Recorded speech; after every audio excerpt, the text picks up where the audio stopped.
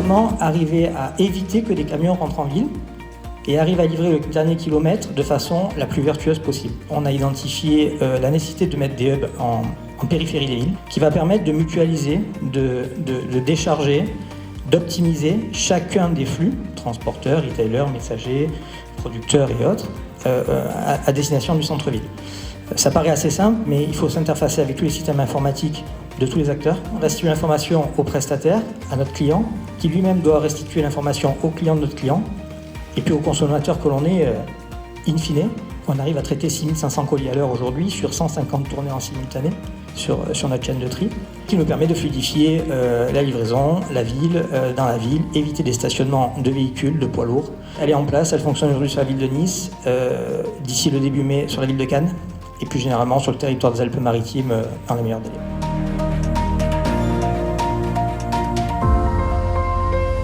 Tout le monde veut moins de camions, ou en tout cas des camions plus propres, ça c'est le constat sociétal.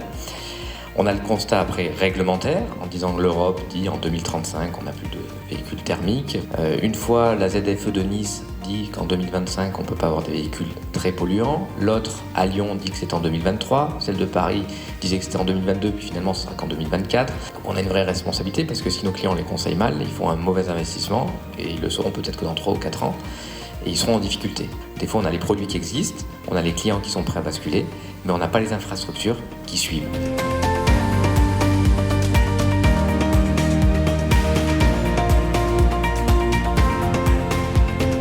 Aujourd'hui, on est 4 opérateurs à peu près à faire ce métier sur l'alimentaire, frais, sec, surgelé.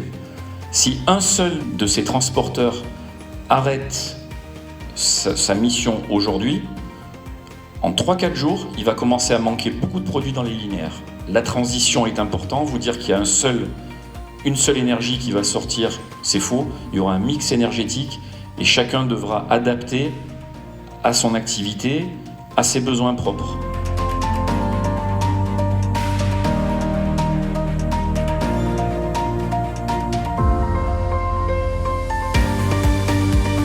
Décarboner la route, ça signifie décarboner l'autoroute. Parce que même si l'autoroute ne représente qu'1% du réseau total du réseau routier français, cela représente environ 25% des émissions de gaz à effet de serre. À l'été 2023, sur le réseau Vinci Autoroute, la totalité des aires de service seront équipées de bornes électriques, y compris de bornes de forte puissance. Nous travaillons sur des voies réservées pour le transport en commun. Nous créons actuellement des parkings de covoiturage. L'autoroute bas carbone a de l'avenir devant elle également.